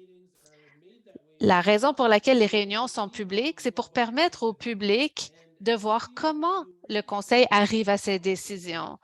Le public a le droit de savoir quelles ont été les discussions. Quand les débats ont lieu en public, le public peut voir si vous croyez vraiment en la direction du conseil. C'est un peu plus difficile, mais ça permet au public de bien juger l'appui que vous apportez à un sujet donné. Il faut être en mesure d'expliquer ses décisions et d'informer le public en utilisant les médias conventionnels et les médias sociaux. Du point de vue de la transparence, il est important de limiter les discussions qui ont lieu à l'extérieur des réunions formelles. Alors, dans la perspective de gouvernance, on doit également s'assurer qu'on configure l'ordre du jour. Et lorsque je parle de la configuration, je ne parle pas juste de la configuration de la rencontre qui aura lieu demain soir. Je regarde, si on prend annuellement, est-ce qu'on peut établir une espèce de plan qui dit, bon, au mois de juin, on va faire l'évaluation de notre DG, au mois d'octobre, on va faire la première présentation du budget, et ainsi de suite. Donc, se faire une espèce de plan annuel de configuration, ça peut nous permettre de vraiment ne pas oublier de passer du temps sur des éléments clés, parce que sinon, on peut se ramasser à tout le temps faire le quotidien et oublier de faire des éléments qui devraient être faits sur un délai raisonnable. Donc, à mon avis, établir un plan annuel, c'est très important. Se donner suffisamment de temps. Lorsqu'on regarde aux éléments de l'ordre du jour, des fois, je vois des ordres du jour qui a 40 ou 50 points. Si on n'a pas un temps d'allouer, on peut perdre beaucoup de temps, puis finalement, on s'accélère dans les décisions qui auraient peut-être dû prendre plus de temps. Alors, il faut juste s'assurer qu'on a établi une espèce de temps entre le maire et le greffier. Ça peut être bénéfique dans certaines rencontres. Et finalement, d'avoir, lorsqu'on permet aux gens de venir faire des délégations, qu'on établit clairement c'est quoi les règlements, combien de temps qu'ils ont à proposer et ainsi de suite. Donc, ça fait partie de la configuration de notre ordre du jour. Yves, concernant la préparation de l'ordre du jour, à qui revient la responsabilité de préparer? C'est-tu au maire? C'est-tu au DG? C'est-tu au conseil de décider de quelle façon que ça devrait se dérouler la préparation de l'ordre du jour? Bien, en fait, l'ordre du jour est préparé par le greffier. Donc, le greffier doit préparer l'ordre du jour et il y a normalement une prescription qui dit, bon, voici les sujets qu'on va traiter. Et pendant le mois, on accumule les sujets, si on a eu des recommandations des comités et ainsi de suite. Donc, ça, c'est le premier jet de la préparation. Et normalement, le maire va avoir un dialogue avec le greffier pour s'assurer qu'il n'y a pas d'autres sujets qui ont peut-être été apportés à son attention par des membres du conseil. Et normalement, c'est un exercice de partage entre le bureau du maire et le greffier. Et évidemment, les DG, souvent, vont quand même garder un œil parce qu'ils sont également au courant des dossiers qui s'en viennent. Mais typiquement, c'est le greffe qui le prépare et c'est le maire qui fait la révision, étant donné que c'est la personne qui va évidemment présider la rencontre. Donc, tu dois être au courant des sujets que tu vas présider et ainsi de suite. On sait parfois dans certaines heures du jour qu'il y a le point affaires nouvelles. Est-ce que c'est attendu que des décisions soient prises sur les points qui sont apportés aux affaires nouvelles ou ça devrait être un point pour discussion et ensuite décision à une réunion ultérieure? Ben, en fait, moi, j'ai de l'avis que les meilleures décisions sont celles qu'on a eu la chance de préparer notre recherche, qu'on a eu la chance d'analyser les pour et les contre. Donc, évidemment, si on arrive avec un sujet qui nous arrive de dernière minute, qu'on n'a pas eu la chance de demander à notre équipe de direction d'apporter de l'information, qu'on n'est pas au courant si ce genre de décision-là peut avoir été peut-être envisagée dans le passé et que ça nous a apporté dans des terrains glissants, j'ai l'impression que c'est probablement mieux de ne pas prendre une décision sur le fait, à moins que c'est des choses qui sont de nature, je ne sais pas moi, une demande d'un don spécifique parce qu'il y a une activité spéciale qui vient en fin de semaine et on a oublié ou quelque chose de cette nature-là, puis que typiquement tout le monde au conseil dit oui, regarde, on est d'accord avec ça. Mais si ça engage une décision qui pourrait avoir des conséquences à long terme ou d'établir des politiques et des procédures, je crois que ça mérite au moins d'avoir fait le travail de fond, d'arriver avec des opportunités, des options, des pour et des contre. Sinon, on risque de peut-être se mettre les pieds dans les plats dans des décisions qui sont faites sans fondement. Prochain item. Next slide, please. All right, so j'ai parlé tout à l'heure de la réflexion stratégique. Donc, oui, on parle des fameux plans stratégiques et je comprends qu'il y a beaucoup de communautés qui sont présentement déjà en train de réfléchir à ça. Mais la réflexion stratégique comprend également d'autres genres de réflexions et je pense à des réflexions qui ont des conséquences à plus long terme. Donc, à même cette planification-là, on regarde souvent à c'est quoi notre stratégie d'investissement? Qu'est-ce qu'on va faire avec nos immobilisations dans les prochains 5 à 10 ans? Est-ce qu'il y a des genres d'actifs qu'on veut se départir? Est-ce qu'il y en a qu'on doit réinvestir? Et ainsi de suite. Donc, c'est tout un exercice de réflexion. Ça ne se fait pas juste en arrivant dans une réunion. On doit avoir fait le travail, l'équipe de direction doit avoir fait du travail en fond. Tout ce qui touche la planification dans les communications. Donc, oui, c'est correct de dire la personne est le porte-parole, mais comment qu'on fonctionne? Qu'est-ce qu'on ferait si cette situation X-là nous arriverait? Comment qu'on fonctionnerait? Qui prend le relais? Qui peut être la personne la mieux informée dans tel ou tel secteur? Donc, il y a de l'information planifiée dans les coms et à ce moment-là, c'est bien de faire ça. Donc, c'est tout dans la perspective de réflexion, gestion de projet. Lorsqu'on fait de la construction, c'est qui va s'occuper de participer aux rencontres avec les contracteurs généraux, qui va nous apporter les infos, qui va nous dire si on a des changements dans le cap du projet et ainsi de suite. Donc, ces genres de plans-là, Paul, font partie, là, et j'en passe, mais les plans de ressources humaines, les plans de développement économique, c'est un peu dans cette perspective-là qu'on est lorsqu'on est dans une perspective de gouvernance. Prochaine diapo. So, un exemple, juste pour un peu aller décliner là-dedans. Donc, quand on parle, so if we're talking communication to that particular point, so from a Parlons de la communication. Pour la planification de la communication, on voudrait mettre en place des lignes de communication claires. Qui est le porte-parole?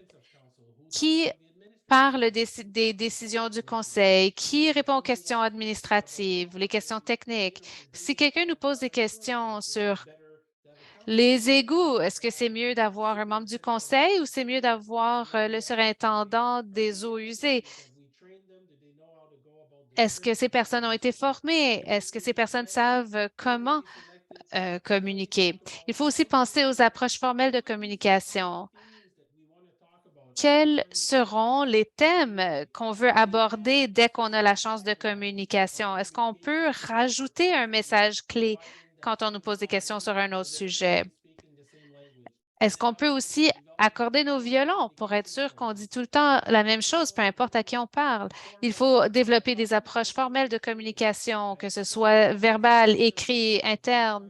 Est-ce qu'on fait une formation sur la relation avec les médias? Comment est-ce qu'on peut former les représentants à être à l'aise devant la caméra?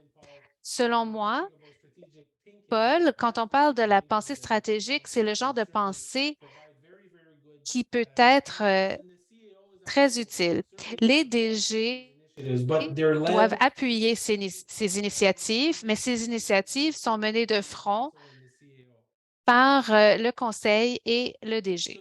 Making approaches, so comment on prend des décisions? Typiquement, on prend des décisions, on essaie de se baser sur des valeurs qu'on a adoptées. Puis normalement, nos valeurs, on va les avoir adoptées dans notre vision, dans notre mission, dans notre plan stratégique. Donc, on a des valeurs et normalement, nos décisions, on ne va pas aller à l'encontre de nos valeurs. Si qu'on dit dans notre communauté, on met de l'importance sur la jeunesse, et que quelqu'un nous amène une décision qu'on voudrait fermer un paquet de parcs, bien, probablement qu'on va dire non, même si tous les coûts et tout ce qui vient avec supporterait peut-être cette recommandation-là, ça irait contre nos valeurs. Donc, à ce moment-là, il y a des bonnes possibilités qu'on va dire non, on ne va pas avec cette fermeture-là, on va faire quelque chose d'autre pour économiser. Donc, c'est un peu dans cette optique-là. Évidemment, ça doit respecter les convictions de l'organisation. L'organisation a certaines convictions et on doit constamment s'assurer quand on prend des décisions de regarder à ça. On doit prendre des décisions en fonction de notre arrêté procédural et nos principes de fonctionnement. Et finalement, à la fin de la journée, on travaille, on a été assermenté comme élu pour suivre les consignes de la loi sur la gouvernance locale. Donc, on ne peut pas prendre des décisions qui vont à l'encontre de cette loi-là. On a été assermenté en disant oui, on va suivre les lois. Donc, ça va de soi que ça fait partie de nos prises de décision. Donc, des fois, le public va peut-être dire, bien, pourquoi qu'on fait ça? C'est parce qu'on doit suivre les lois, on a des obligations. Les genres de décisions qu'on prend, we would be typically doing resolutions or one way of doing decisions. Bon, quelle sorte de décision est-ce que vous êtes appelé à prendre? Bon, des résolutions.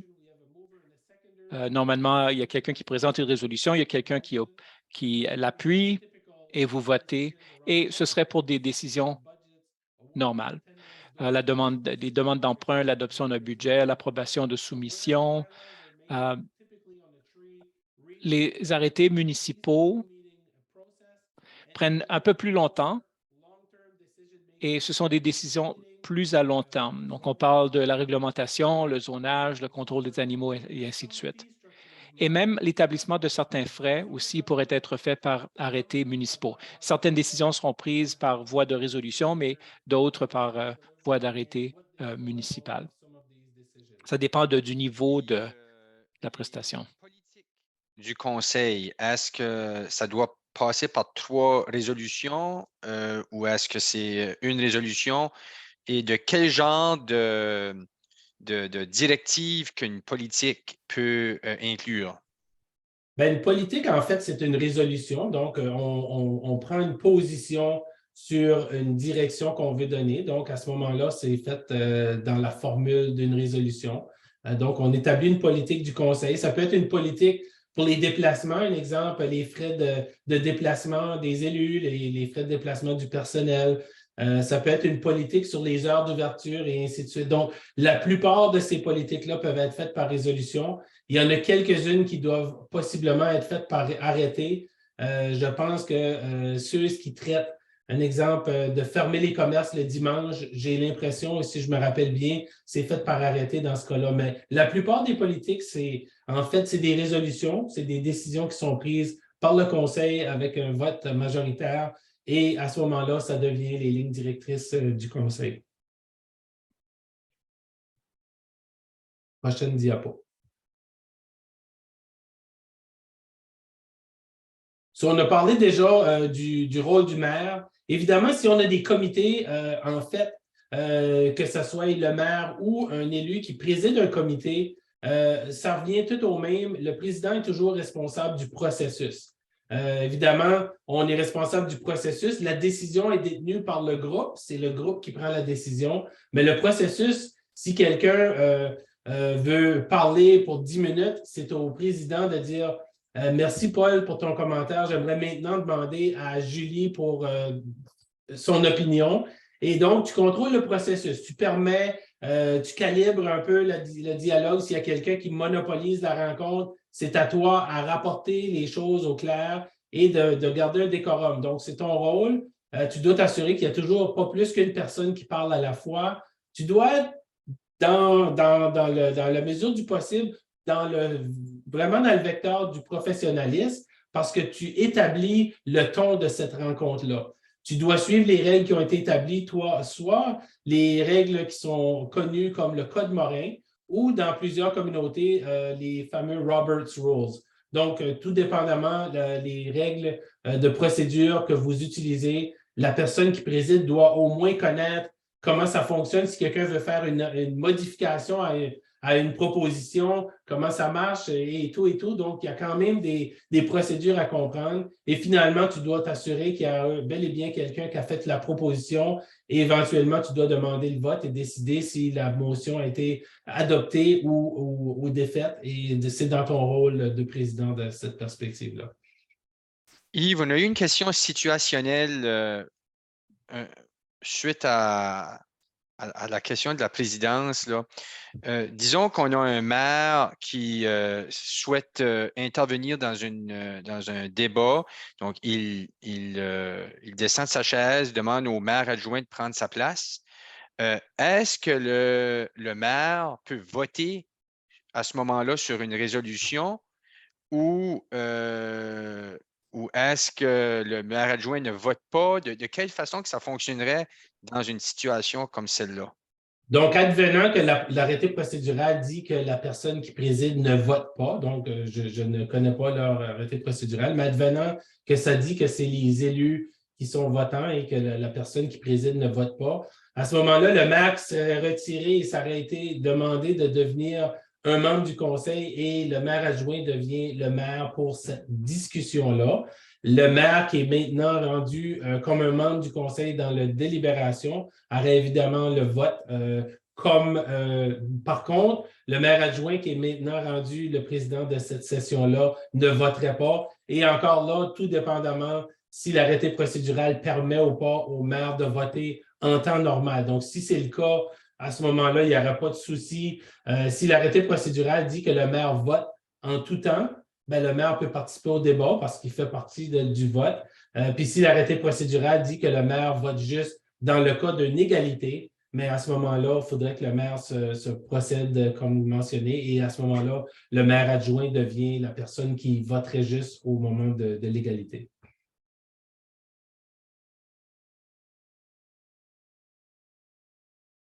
Donc, je vais continuer. Il reste encore quelques diapos, mais je pense qu'on achève. Donc, l'efficacité d'un comité. How does the committee work? Well, I think committees work well if there's clear mandates. Je pense que les comités fonctionnent bien lorsque le mandat est précis.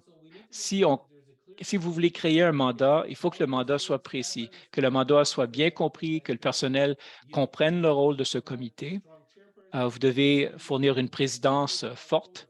Vous devez appliquer un code de conduite pendant les rencontres.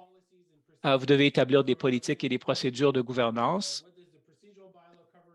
Qu'est-ce que l'arrêté municipal couvre et ainsi de suite. Et vous devez maintenir de bonnes relations de travail avec le personnel parce que si vous faites des comités permanents, c'est probablement pas juste le DG qui doit être présent, le directeur des services publics qui va devoir être là, le chef des pompiers. Donc, il faut s'assurer que le comité, que le ton soit positif et que les résultats soient positifs aussi.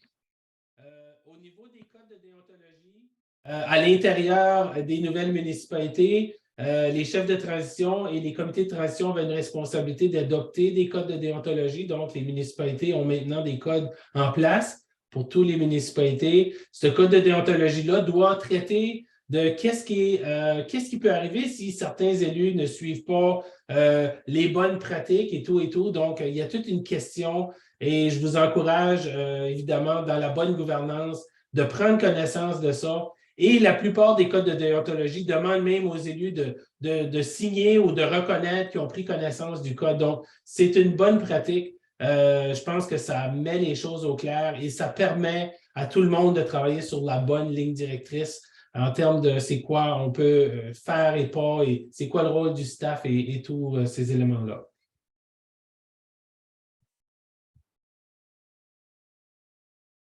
Comment se comporter dans des rencontres? Donc, évidemment, lorsqu'on arrive dans des rencontres, il y a certaines pratiques, meilleures pratiques qu'on devrait faire. Donc, ça ne veut pas dire qu'on est obligé de suivre tout ceci à la lettre, mais typiquement, lorsqu'on arrive dans une rencontre, il faut savoir entendu au début de la rencontre, comme président d'Assemblée, il faut que les gens comprennent que lorsque nous, on arrive à nos rencontres, on ne veut pas plus qu'une personne qui parle à la fois.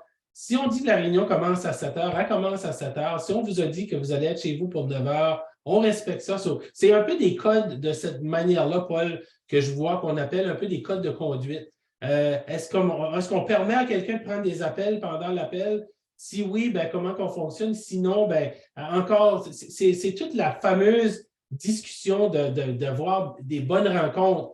Si on n'a pas adressé les médias sociaux, puis que lorsque la rencontre est finie, tout le monde sort et commence à mettre toutes sortes de choses sur les réseaux sociaux avant même qu'on ait fini de préparer là, les minutes et tout, qu'on n'a pas encore révisé ce qui a été discuté. Comment qu'on fonctionne avec ça? Donc, pour moi, c'est important d'établir ça, d'avoir le dialogue avant que ces situations-là se passent et de s'assurer qu'évidemment qu'on respecte qu'on peut être en désaccord, de ne pas utiliser peut-être des mots et des actions qui nous apporteraient à être pas dans le secteur du professionnalisme.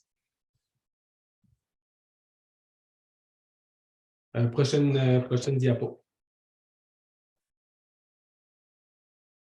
Donc, on a parlé tout à l'heure, vous avez posé des questions, Paul, c'est comment ça marche au niveau d'établir des politiques, mais j'ai mis ici quelques politiques peut-être qu'on voit typiquement.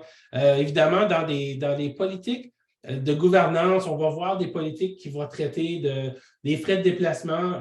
De plus en plus, on voit des politiques spécifiques sur les conflits d'intérêts. Certains de ces éléments-là sont déjà probablement couverts dans soit l'arrêté procédural ou dans le code de déontologie, mais il y a des fois où on veut aller encore plus loin.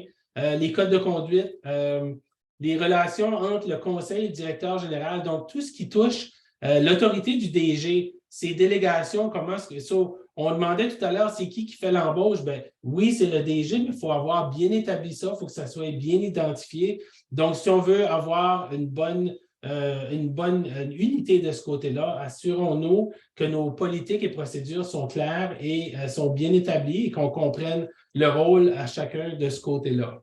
Donc, ça serait des exemples pratico-pratiques de certaines politiques qui pourraient être établies. Prochaine diapo.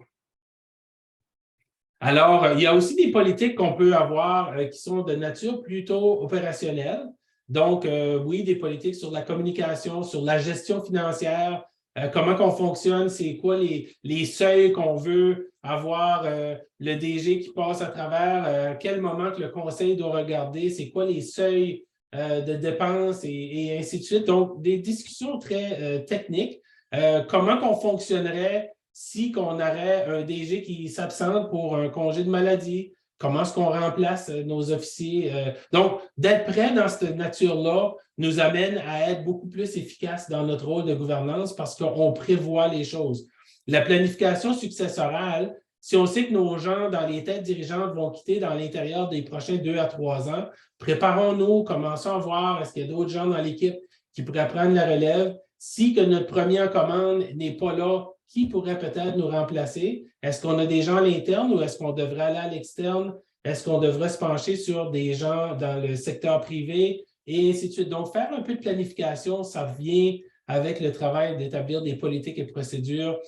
Tout ce qui est évaluation de la formation, les programmes de formation, le développement professionnel et tout et tout. Donc, c'est un peu dans cette vitrine-là qu'on travaille dans le secteur des politiques du côté plutôt opérationnel.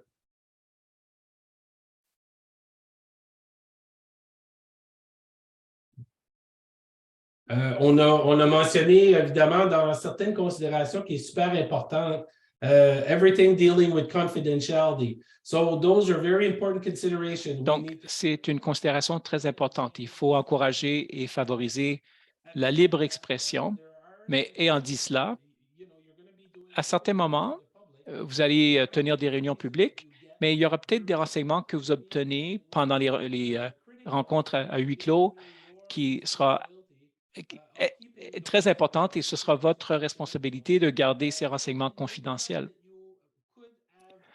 Et bon, vous serez peut-être contraint de divulguer cette information par un processus juridique, mais autrement, vous gardez l'information confidentielle. Donc, si vous êtes convoqué par un tribunal, il faut suivre les conseils de son avocat, mais ce serait vraiment seulement dans ce scénario-là que vous seriez obligé de divulguer l'information. Mais donc, cette information doit être gardée confidentielle autrement. Une autre considération importante, c'est éviter le penser en groupe. Si on arrive aux rencontres et on n'est pas prêt, on a tendance, et l'expérience nous démontre, qu'on a tendance à regarder qu'est-ce que d'autres personnes font et aller dans leur direction. Donc, si on voit notre collègue à côté de nous qui a une feuille avec toutes sortes de notes et c'est tout coloré en jaune, puis on sait qu'il a lu intégralement tout le document et nous, on n'a pas fait notre travail, on va peut-être tendre à aller dans cette direction-là lorsque cette personne-là va parler. On va être en accord parce que là, on n'a probablement pas formé notre propre idée. Donc, il faut faire attention. Il y a plusieurs études qui ont été faites sur ce milieu-là qui démontrent que même lorsque des gens arrivent dans des groupes, à un moment donné, on finit par faire des choses sans trop savoir pourquoi. Et c'est toute une question, là. Il y a une grosse étude qui a été faite par l'Université Harvard là-dessus, puis je vous encourage d'aller voir, si vous allez sur YouTube, vous pouvez aller voir là, le test des 5 singes, et vous allez voir qu'après un certain moment donné, il y a des singes qui faisaient des actions sans savoir du tout pourquoi, et c'était toute une question de past practice. Donc, c'est un exemple que je vous pratique. Évidemment, si on étudie notre information, on se fait notre propre opinion d'éthique avant d'arriver. Ça ne veut pas dire qu'on est fixé dans notre idée. Ça veut juste dire qu'en lisant le document, voici à peu près où est-ce que je me situerais sur le sujet. Et évidemment, lorsque j'arrête toutes les autres opinions et tout, je pourrais prendre une décision, mais au moins, je m'en vais avec une certaine pré-information dans ma tête. Il faut poser beaucoup de questions, il ne faut pas se laisser convaincre avant d'obtenir les faits. Si on serait sur un jury demain matin et qu'on veut avoir une personne neutre et qu'on arrive et qu'on est déjà en train de se faire convaincre par les autres, c'est probablement pas l'idée du siècle. Donc, il faut être capable de quand même tenir à nos points et par contre, faire nos vérifications. Donc, ça serait des éléments à prendre en considération pour ne pas se mettre dans une situation de pensée en groupe.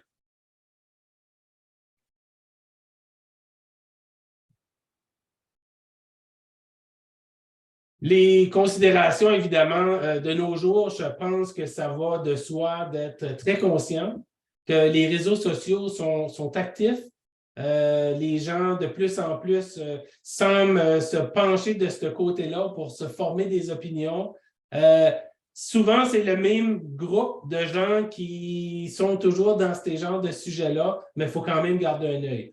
Donc, lorsqu'on établit des politiques et procédures, ça sera important de s'assurer qu'ils sont bien communiqués, incluant dans les réseaux sociaux. Et c'est important également de comprendre que même si on est dans notre compte personnel, on a quand même un profil politique.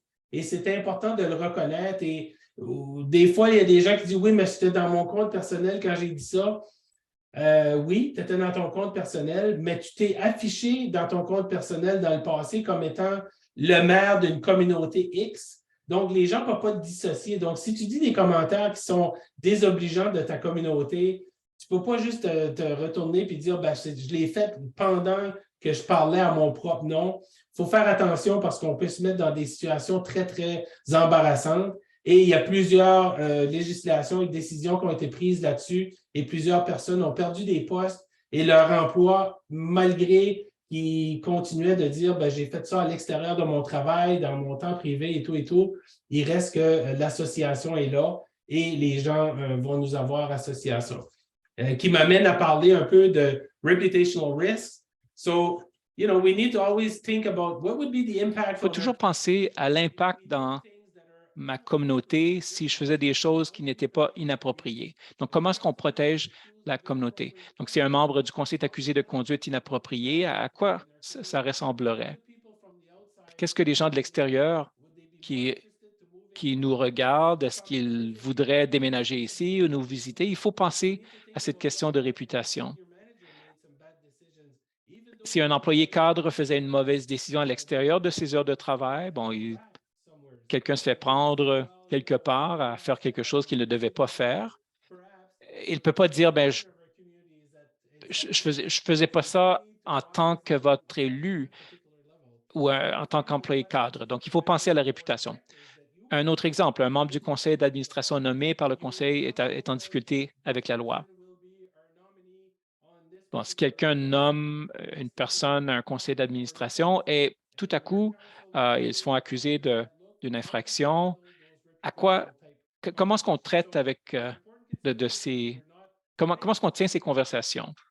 Ce ne sont pas des conversations difficiles, mais si vous pensez aux questions stratégiques, vous devriez pouvoir discuter de ces questions-là au bon moment.